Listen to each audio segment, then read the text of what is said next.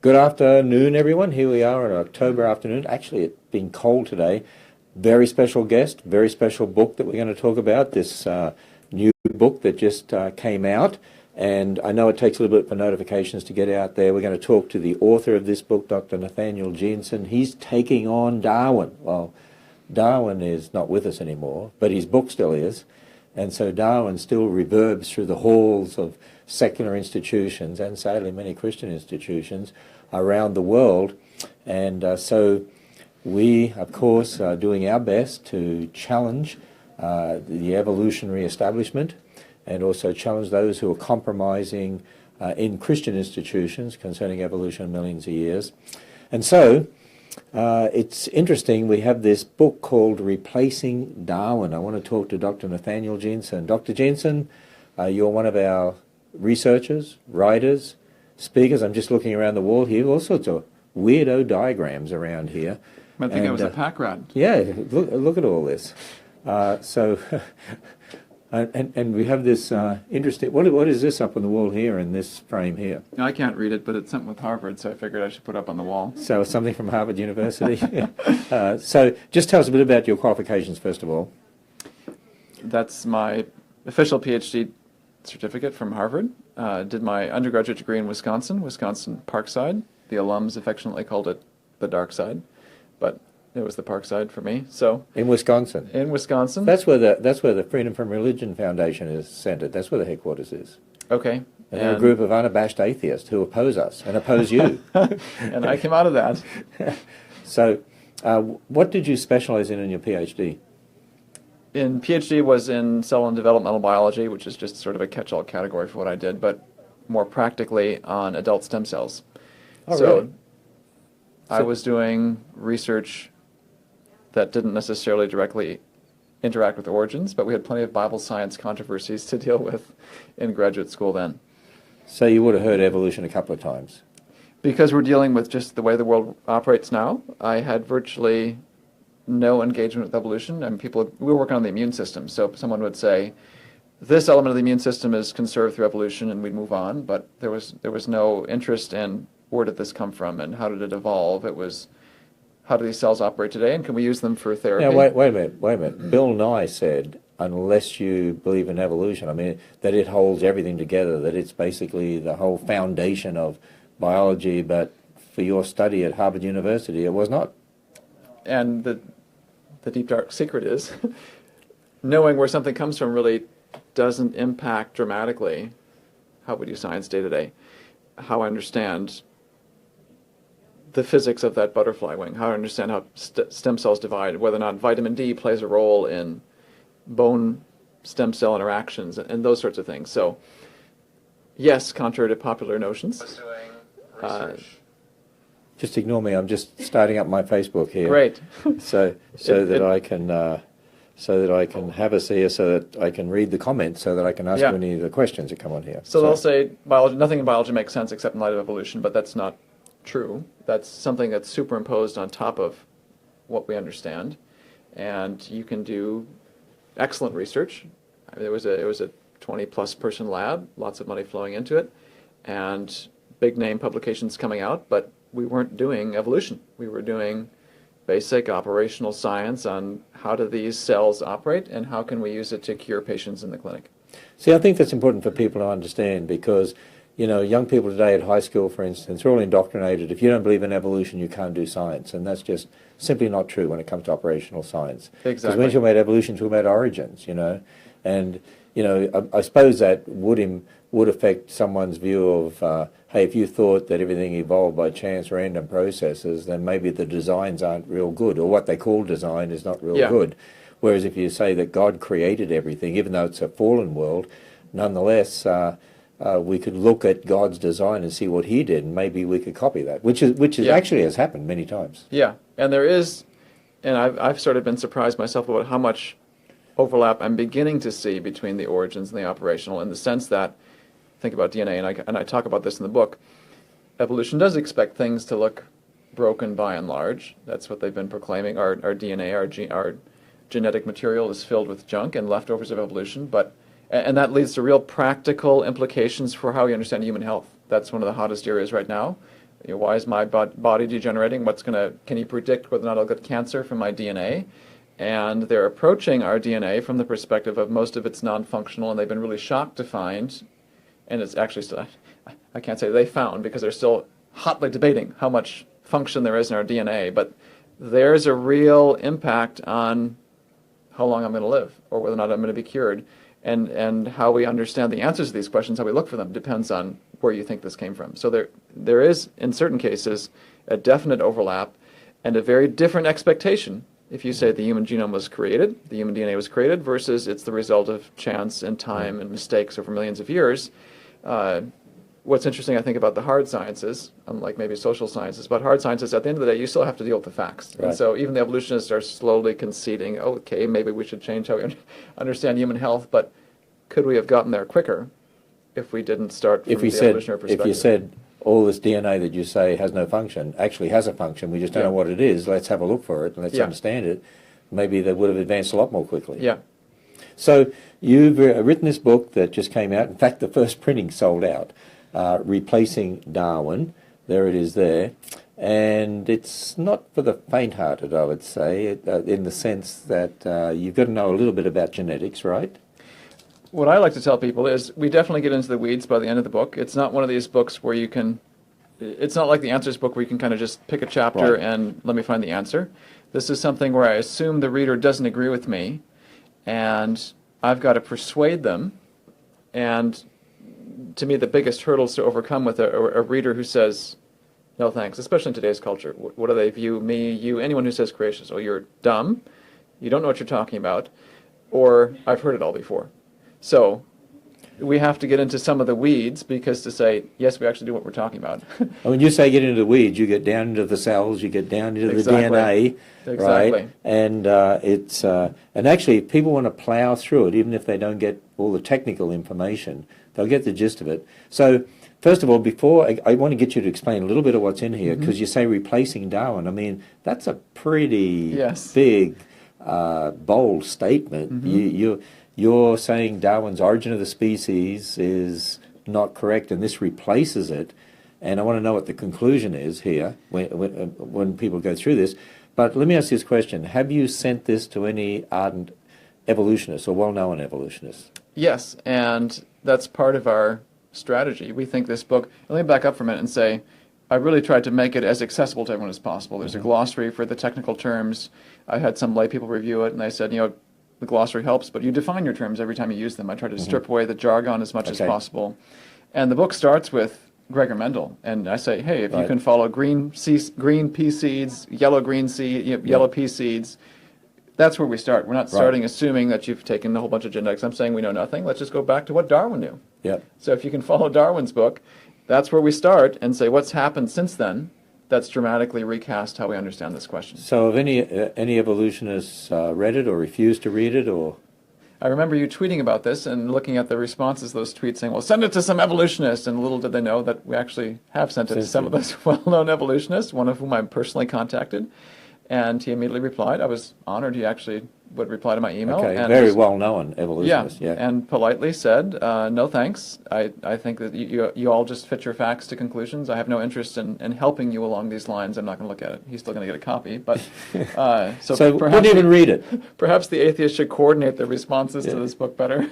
Well, I tweeted about this book and I said, I suspect many atheists will start criticizing it before they even read it, and most of them will just reject it and won't even read it and criticize it anyway. And it's interesting, there was one of the atheists that did a whole big critique of your book based on the press release. Didn't read the book, but the press release became the basis for the critique. Okay, so Dr. Jensen, I'm going to tell people they can be asking some questions as we go along here, and I'll jump in now and then and see if there's any questions here that I can ask you. But can you tell us, what is the Replacing Darwin book all about, really? And that title was picked deliberately and sort of gives away how, you said it's a dramatic title, and it is that deliberately. Instead of rebutting Darwin, that's what we've been doing for many years, this title already anticipates objections and rebuts them. So we've been rebutting Darwin for many years. The evolutionist's favorite comeback is, well, give us something better. Okay. Lo and behold, here's the book that not only says, here where's where Darwin went astray, and here's some scientific reasons why we should go back and revisit it. But creationism has advanced so dramatically in 150 years since he wrote his book that we're actually exceeding evolution in terms of what we can predict. And the scientific testable hypotheses that we've made, not only, we're beyond saying here's where he went wrong, end of discussion. It's here's where he went wrong, and here's what the Bible expects, what you'd expect from the Scriptures, and here's the ramifications in the modern world, in the field of genetics primarily.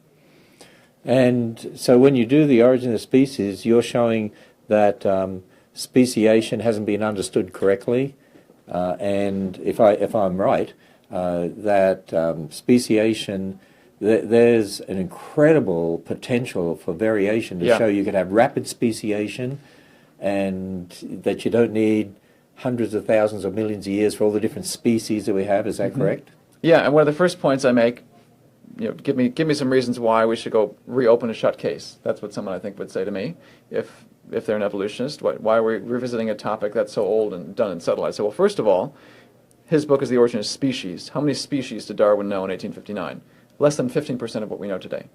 So he knows a tiny fraction of essential subject matter. So who would, if you came to me and said, I've got a new idea on who shot JFK, and I said, great, what's your evidence? You say, oh, it's 15%. I'd say, talk to me when you're done, thank you. Right. And you do the same for me. So we know a lot more now than Darwin did. Yes, and more importantly, the origin of species is fundamentally a genetic question.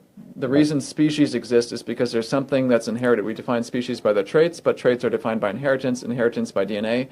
Darwin admits he knew nothing about it. End of chapter 5, he says, our ignorance of the laws of variation is profound.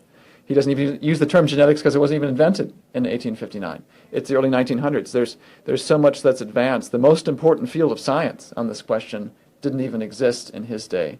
And it really hasn't been until now where we've been able to say, now we've got the DNA sequence from us, 2001. We've got the DNA sequence from mice, from fruit flies. There's a good number of species now where we finally have the genetic data, and that's the most important data we need to have to answer this question. And then I argue in the book that the spectacular discoveries we've made include, wow, species can arise quickly. We've got evidence, there's a signature, there's a DNA clock that says it only goes back a few thousand years. We can reanalyze some of what Darwin himself said and say even from his own work, there's argument for a recent origin of species. So the whole narrative of slow and gradual, millions of years, universal common ancestry are being completely overturned. It's not supported by the evidence, and you've totally overturned that. In fact, somebody says in here, can you give an example of what we can predict better? The biggest bombshell to me is, and I go through this in chapter 7 of the book, that's really where the whole book turns, is we can predict the mutation rate. Okay. So we only have the mutation rate from less than probably 100 species. It's a handful. I don't know if I got the numbers exactly right, but there's 1.6 million species on the planet. A small fraction actually have this particular genetic data. But those results from this handful are so consistent, I can now predict the mutation rate in these millions of species that are around the planet. And you think about that. Of all the things that evolution should be able to predict, because we're science, we make testable predictions. Of all the things they should predict, they should be able to predict the central mechanism of evolution, which is mutations over time. And lo and behold, those predictions are erroneous, but more importantly, because this is replacing Darwin, creationists are predicting that parameter, the most fundamental element of evolution. I can say, here's the rate in dogs. We don't know it yet. Here's the rate in cats. No one's measured that yet. We can go out and test that. And what other bombshell could there be in this debate? That's what's so from a time crazy frame, to me. a biblical time frame, you make a prediction, and in regard to what the mutation rate should be. You can do that? Exactly. And this is to me where I think this book really reverses roles. So for many years, we've said, here's where evolution gets it wrong. They say, well, give us something better. This doesn't work. They're in the driver's seat and we're kind of the dogs lapping at their heels. That's kind of how they view it. Well, here I'm saying, I can do this better than the evolutionists can. So you can criticize my model whatever you want. You can say, here's where you should have done this better. Or here's where you made an error. I'll say, well, you, Mr. Evolutionist, give me something better. That completely reverses roles, turns the tables in this debate. Now that puts me in the driver's seat, and I says, I've got the scientific model. I make testable predictions, which is the standard they've held us to for decades. Now let's see if the evolutionists can do the same thing. That to me is what makes this replacing Darwin, because those roles have now been reversed. And what you're showing is the mutation rate doesn't fit the millions of years? it's going way too fast. If today's rates of change have been constant for millennia, for eons of time, these poor species would have mutated their DNA into oblivion. Now, the evolutionist is going to say, well, natural selection will take care of that. I'll say, okay, that's fine. That's a testable hypothesis. What predictions does it make? And if it doesn't make any predictions, that sounds a lot like something you've criticized me. So what if evolutionists characterize us as, stereotyped us? Well, God did it. That settles the discussion. That's what all you creationists say. And I'll say, So they're just saying natural selection exactly. did it. That's what it sounds like to me. Yeah. And unless that comes up with some numbers, natural selection plus 4.5 million years is going to predict this number of differences or this many mutation rate or that sort of thing. Unless it can do that, from my perspective, the evolutionary model is unscientific. It's making the same mistakes that they've accused us of making for many years. Hey, somebody here said, this book could prove as helpful to this generation as was a Wickham Morris The Genesis Flood 50 years ago. And that book was a groundbreaking book in regard to the flood and the fossils. I would say that this is a groundbreaking book in regard to genetics, the origin of the species, correct? Yes, and you look at Darwin's history. Not that I'm Darwin. There's a parallel here, though, in the movements, I think. Darwin came along. He wasn't this hero who solved a mystery. He challenged the consensus of the day. And what came before him were a bunch of geologists challenging the consensus of what was a more biblical view back then. Darwin comes along and writes a book on biology. Well, creationists have been dealing, the Genesis flood in particular, huge groundswell there. You think of all the research that's been done since then, the Grand Canyon, Mount St. Helens. That's laid a huge foundation on which this book is building. I don't try to argue geology in this book. I'm not a geologist.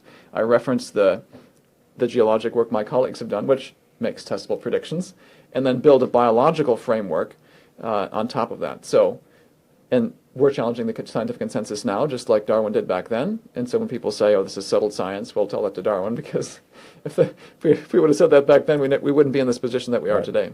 Now, somebody asked, is this going to be available at the mega conference next week? And they're talking about, I just realized, we're going to the United Kingdom next week. Yes. And we'll be in England, in the Birmingham area. They can go to our website, and we'll have our social media team pin the link in the comments here as well as pin a link for where they can get the book, Replacing Darwin. But are there going to be any Replacing Darwin books? You're speaking 3 times at the conference. Yeah. You're basically going to go through your book, right, and explain the content of the book. And will any of the books be available? Yeah, and I think we were able to get it done just in time. We could ship directly from the publisher and should have many for sale. Oh, that'll be great. Well, there we are. In Darwin's home country, we're going to be actually releasing for the first time in that country the book Replacing Darwin. And Speaking of stirring the hornet's nest. Yeah, so you're going to be presenting this at the conference, and what sort of the 3 presentations you're giving there, what are you sort of going to cover? It basically follows the 3 parts of this book. So the first talk will deal with why even reopen what many people consider a shut case, and it'll deal with how much our knowledge of species has advanced, our knowledge of genetics has advanced. Part 2 of this book, and then the second talk, deals with the natural evolutionary objection. And it's a fair objection. They'll say, fine, Darwin didn't know genetics, he didn't know species, but why was he so wildly successful? Why does he still persuade 97% of the scientific community today, at least in the United States? Why was his non-genetic data so convincing? And my answer, the short answer is, because science is fundamentally a process of elimination. You don't prove anything in science. Many people don't realize that. Doctors like to talk, and medical doctors like to talk in terms of proof or disproof, but really when you boil it down, science is just disproving, and everything is basically very tentative. So Darwin didn't prove evolution in 1859, he disproved an old, outdated, not even biblical view of creation. Of species. Exactly. Yeah. That's why he was so successful, and even you read modern books Which is certainly not something we agree with, fixity of the species. Yes. It's something you can easily jump to. You look at how species fit their environments, and man, I couldn't design them any better. You think of the Arctic fox, Arctic hare, polar bear.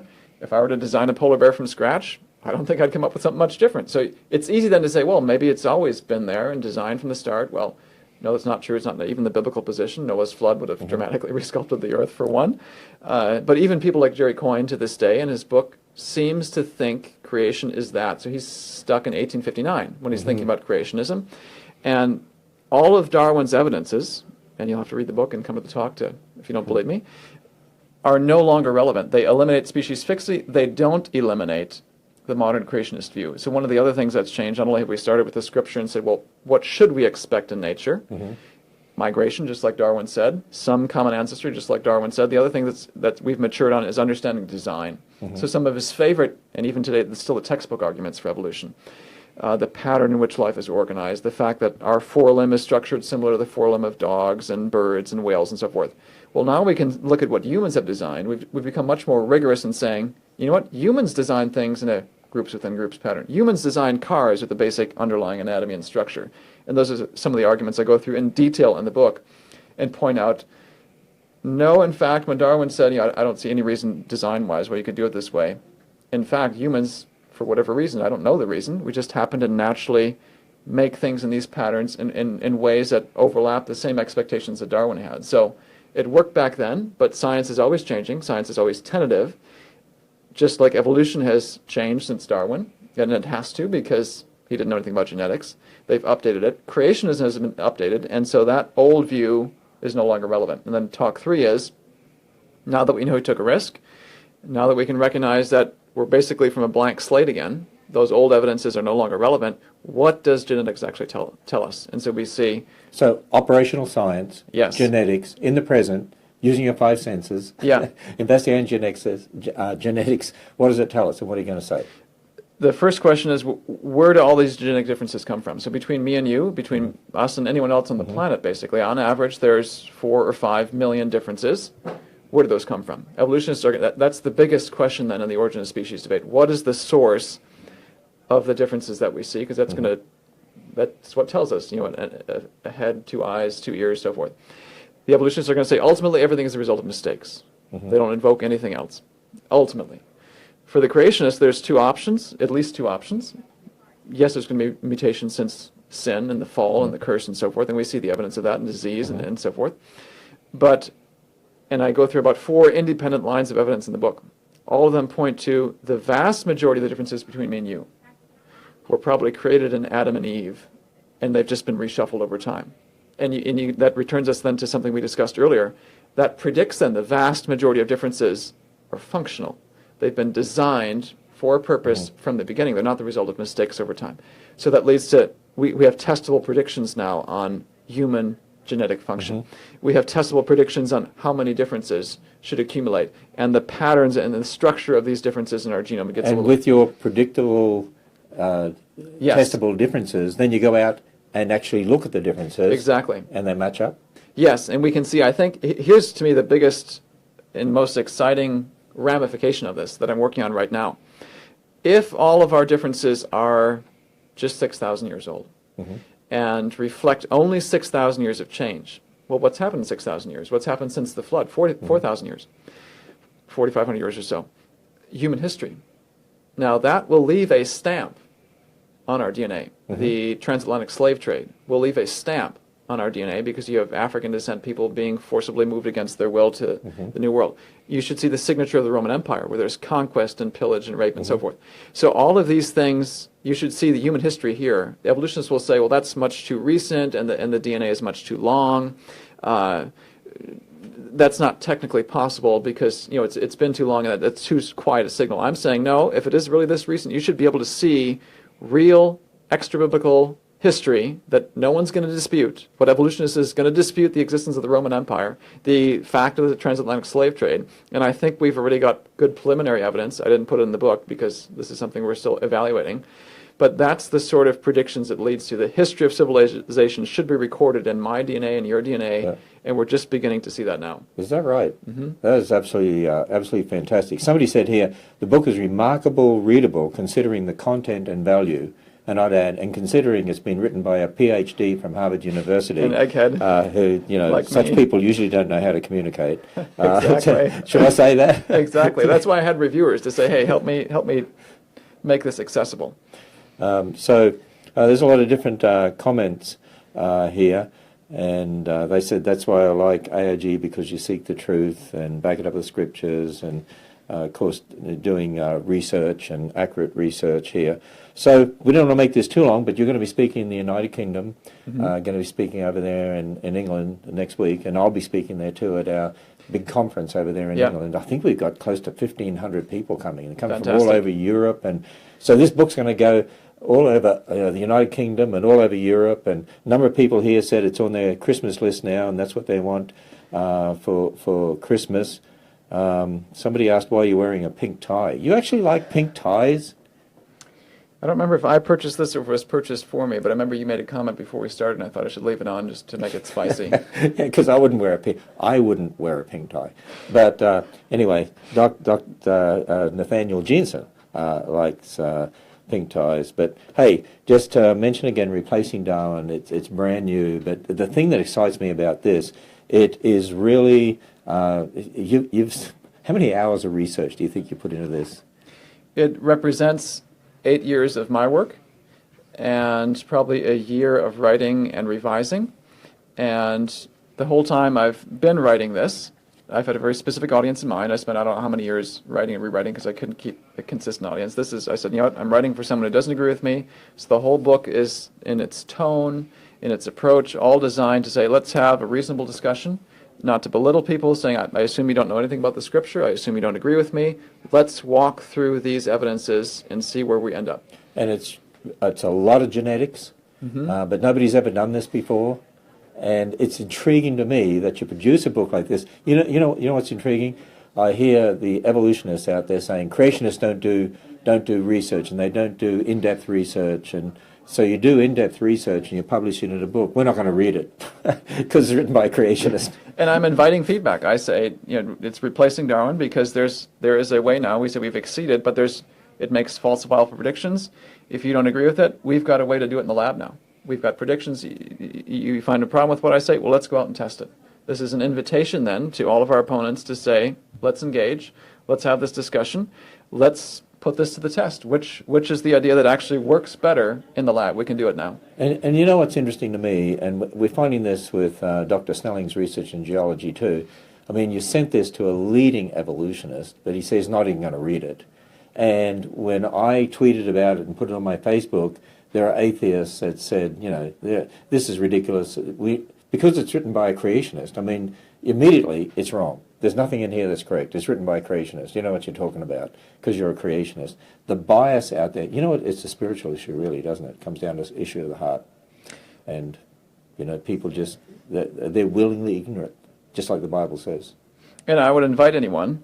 I was asked a question once, well, couldn't you say that you grew up a creationist and so that's all you're going to believe? I'll say, well, all of us are shaped by outside influences, but it can't be exclusively outside influences. And the last thing I'd say is, I've read Dawkins' book, Cohen's book. I read The Other Side, so much so that when I was interacting with an evolutionist, he said, well, we were going to debate somewhere. He said, well, let me just tell you what I'm going to say. And so he'd start his argument, and I would finish it, because I've read The Other Side, and I know exactly where he's going. My challenge to anyone who doesn't want to read it, or I've heard it before, or your bias is, well, can you make my argument as good as I can? Can you repeat the creationist arguments? And until you can, maybe you should read this book. Yeah. By the way, there's some debate about your tie going on too in the comments. Great. But so I think it's great because it actually gets people listening to you, right? Exactly. So where can you get the book? Well, obviously Answers in Genesis from our bookstore. You can also get it digitally as well. And of course you can get that off the web. You can get it from our bookstore and Amazon and Barnes and Noble. Places like that. Yeah. But they can just go to answersingenesis.org to our online bookstore and get Replacing Darwin. And we're going to have some over in England for the conference next week. And I'm going to have some in Australia. We're actually doing a conference in Australia. Dr. Snelling and I will be speaking there. You won't be. We'll get you over there one day to Australia in the future, where you can actually give talks on this too. But if people go to reengage.org.au, reengage.org.au, we'll put a link in the comments here. And we're going to have the book Replacing Darwin over there. Do you trust me to launch it over there in Australia? Oh yeah. I'm not a geneticist, but I'll be listening to your talks in England, and you've been giving them here at the Creation Museum, and I'll just give a summary of what's in the book and challenge people. And it really is a book that is in depth, isn't it? Yeah, I like to think of it with the phrase accessible scholarship. Here's something accessible scholarship. Yeah. Here's something that's really a stake in the ground and says, we've done a lot of work on this, Yep. and this is my book, but I'm really summarizing a whole collective 150 years of research, basically. Actually, it's much more in-depth than Darwin's Origin of the Species. Darwin's Origin of the Species is very convoluted, and he does a lot of just meandering around and so on, but this has got a lot of real research in here, genetics research. Yes, so accessible in that I've tried to write for a student, so not someone who is my PhD colleague, but a student says, hey, maybe I haven't even taken genetics yet. Well, this book will bring you from the ground level and teach you a lot along the way. But it also has 30 pages of endnotes, because there's going to be critics, for one, who'll say, well, you didn't think about this technical point. Well, yes, I did. See, endnote 365. Right. That'll give you your answer. Plus, also for the student who wants to dig in more. But my goal is to make it as accessible to as many people as possible, while saying this is an in-depth issue. It's a genetics issue, so you can't escape that field. We have to deal with it, not because we're trying to make it technical, but because that's where the answer lies. And we need to discuss it and hopefully make that as an accessible topic as possible to as many people as possible. And we had a special graphic artist who actually specializes in doing scientific drawings, to be able to do a lot of the drawings in there. Yes. So they're original drawings done specially for this book. A lot of the technical information that's in there that's been collated. And I would say, would you agree, it'd be good for, like, a student in high school, when their teacher's teaching evolution, go and give them a present. Here's Replacing Darwin. I challenge you to read it. Exactly. Or at university, their professor at university, Yes. I challenge you to read this. Exactly. And I was going to say, with respect to the medical illustrator, she and I talked a lot, and I gave her the same goals and said, hey, we hired you. We want a consistent theme. This is a complex topic. What we want you to do is make this as understandable as possible. Keep the same format, the same image, so that things aren't changing from diagram to diagram. Make this so anyone can walk out here and say, I know a whole lot more about DNA than I used to. Somebody said, is there going to be a PhD edition? I would say this is the PhD edition, because it's really for PhDs or for teachers or for professors at university, because this really deals in depth with an issue that's never been done before. And I would say it's for PhDs in two senses. I think any of my PhD colleagues would concede, when you do your studies, you become an expert in one tiny slice of the world. I think of Jeff Tompkins at ICR, who was at Clemson for I don't know how many years running a genome center, and he said, I know a whole lot more about so many more fields being here at this Creationist Institute than I ever did, because I'm so focused on this tiny slice of the pie. And because this book covers so many slices of the pie, all the PhDs are going to be challenged. They're going to get a lot of the endnotes, and could you find this information elsewhere? Scattered among papers and all sorts of different articles, it'd be hard to find. And so there is... You've collated it all together Yes. into one volume, really. Yes, and there's going to be a tremendous amount for them to learn, because the breadth of topic is so large, and because I've packed so much in there. I've tried to make the main text easy to follow, but there are, again, 30 pages of endnotes. A good chunk of the book is that, and there's going to be a lot to challenge them and a lot for them to go look further. It connects the dots for people so that they know where to look and why. So it definitely is for the PhDs in that sense as well. So, and just as we get ready to end off here, you'll be speaking in England along with myself and Dr. Andrew Snelling. Who else is going to England? David Chakanarayan. There's a number of us that are going over there. And Dr. Danny Faulkner, our astronomer, and we'll be over there speaking next week at the mega conference near Birmingham. And we'll put a link to that also in the comments here. I know the auditorium was... I think we're getting, it was, 80%, 90% full, I think, the last time I was looking at registrations. But it's getting up there, but I think there's still room for more. And then we'll be releasing the book over there in England. You'll be giving 3 special presentations dealing with the content of this book. Challenging Darwin in Darwin's home territory. Exactly. Maybe you should go to Westminster Abbey and visit his grave before you go and give the lectures. And then I'll be going over to Australia with Dr. Andrew Snelling in November. We're doing a conference over there. They can go to our website to link to that conference, or the website in Australia, the organisation that's getting us over there, the website reengage.org.au. Don't just go to reengage.org. You've got to go to reengage.org.au, or just go to our website. We'll put the links in the comments there. We'll be releasing the book there as well. And Dr. Andrew Snelling and I are doing a Friday night and all-day Saturday conference over there. And they can get the book through our website, answersandgenesis.org, and you can get it through other usual channels too, like Amazon and places like that. I should mention one more thing, because I'm wanting to start a revolution, because I think this book has revolutionary ideas. I want to start a revolution too. My revolution is to get people to preach the gospel the way God does in the Bible by starting at the beginning. Amen. What's your revolution? Amen. not as big as that one, but hopefully a scientific revolution. If this does engage people who are evolutionists, we have created a Facebook page for Replacing Darwin. Everyone who's been in this debate knows that for those who are in the scientific community who even concede that design is apparent in biology, that could be a career ender. So I created a Facebook page for the purpose of dialoguing, sort of a safe space. I know that academic institutions check people's emails, so Okay. For anyone who's not a creationist, but they Right. get this book, I've created a page for them to say, hey, Okay, what on is your it? own personal laptop, after hours, here's a way to contact me, to ask questions, hopefully without fear of reprisal from administrative authorities. This is designed to continue the discussion. So how do they get to that Facebook page? So the Replacing Darwin, just look that up on Facebook, it'll take you right to that page. Replacing Darwin. Just the same as the title of the book. Same as the title of the book, Replacing Darwin. Someone said a new Reformation revolution.